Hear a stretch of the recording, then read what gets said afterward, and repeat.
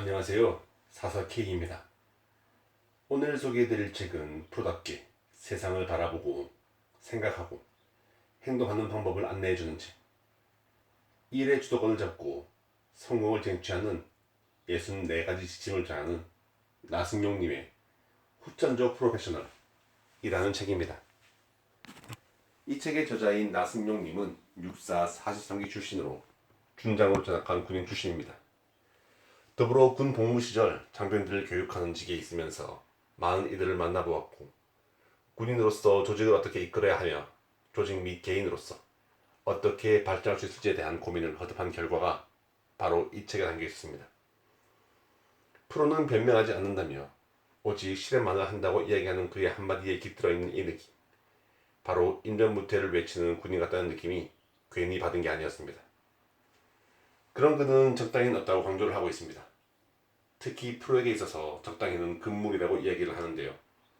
목적이 없는 삶은 죽은 것과 다름이 없다며, 목적지를 향해 한 발이라도 더 나아가기 위해서는 적당히가 아니라 언제나 앞을 내다보고 한 발을 내딛어야 한다고 이야기를 하고 있습니다.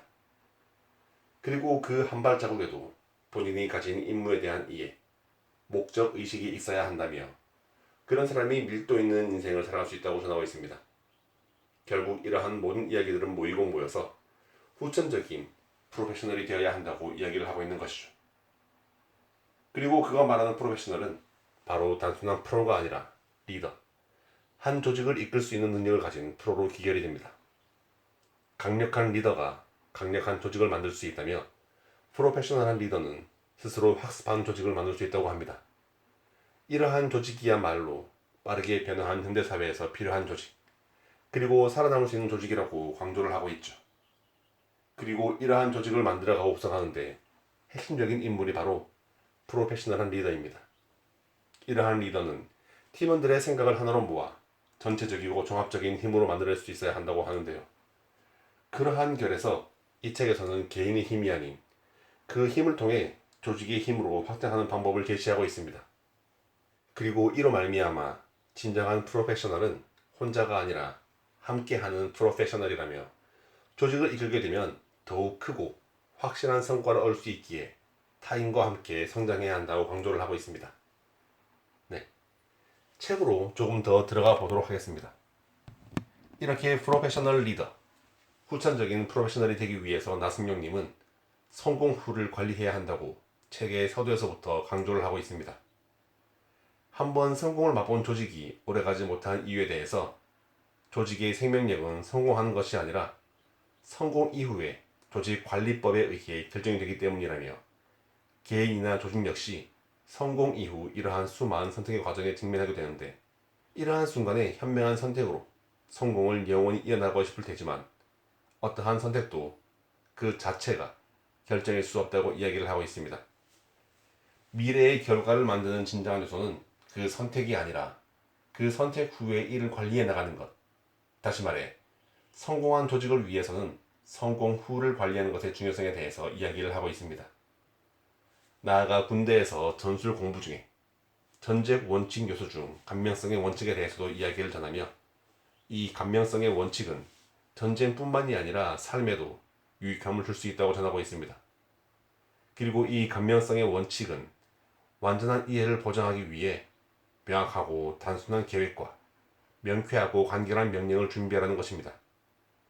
이로 인해 얻을 수 있는 유익함으로, 첫 번째로 오해와 혼동을 줄일 수 있고, 두 번째로 누구나 쉽게 이해할 수 있고, 세 번째로 조직의 효율성을 제고할 수 있다고 전하고 있습니다. 더불어 이러한 감명성을 얻기 위해서는 짧고 간결하게 말하고자 노력해야 하며, 생각을 감각적으로 표현하도록 노력해야 하며, 마지막으로 아름다운 표현법을 찾아야 한다고 합니다. 그리고 이러한 간명한 언어를 통해 불화와 오해를 불식하고 서로 존중하는 것을 통해 세상이 한층 더 아름다웠으면 좋겠다고 전하고 있습니다. 또 하나 기억에 남았던 부분은 바로 전승불복, 언제나 같은 방법으로 이길 수 없다라고 이야기를 하는 부분이었습니다. 전쟁에서 승리는 반복되지 않고 영원한 승자는 없다고 이야기를 합니다. 그렇기에 늘 주어진 여건과 상황을 살펴 적합한 방안을 찾아내야 하는데요. 어제의 승리에 도취되어 오늘도 같은 방법으로 문제를 해결하려고 하면 그 전쟁은 패배로 끝날 수밖에 없다고 강조를 합니다. 이 부분에서 많은 생각을 하게 되었습니다. 한 번의 성과에 취해 너무 일찍 샴페인을 트론하던 저를 반성하였고, 영원한 승리도 없고 영원한 강자도 없기에 어제의 승리를 이어나가기 위해 어제의 패배를 딛고 눈앞의 강자를 이기기 위해 노력해야겠다는 생각을 하게 되었죠. 마지막으로 여러분께 전해드리고 싶은 책의 내용은 바로 케렌시아에 관해서입니다. 케렌시라는 투사와 투 사이에 쫓고 쫓기는 격전이 계속되고 탈진 직전에 소가 어디론가 달려가 숨을 고르는 그 마지막 에너지를 끌어모으게 되는 그 자리. 이렇게 투장의 소가 최후의 일전을 앞두고 잠시 숨을 고르는 이 장소를 바로 케렌시아라고 합니다. 그리고 이 케렌시아는 우리에게도 필요하고 요즘에는 자신만의 휴식 공간을 종종 케렌시아라고 부른다고 전하고 있는데요.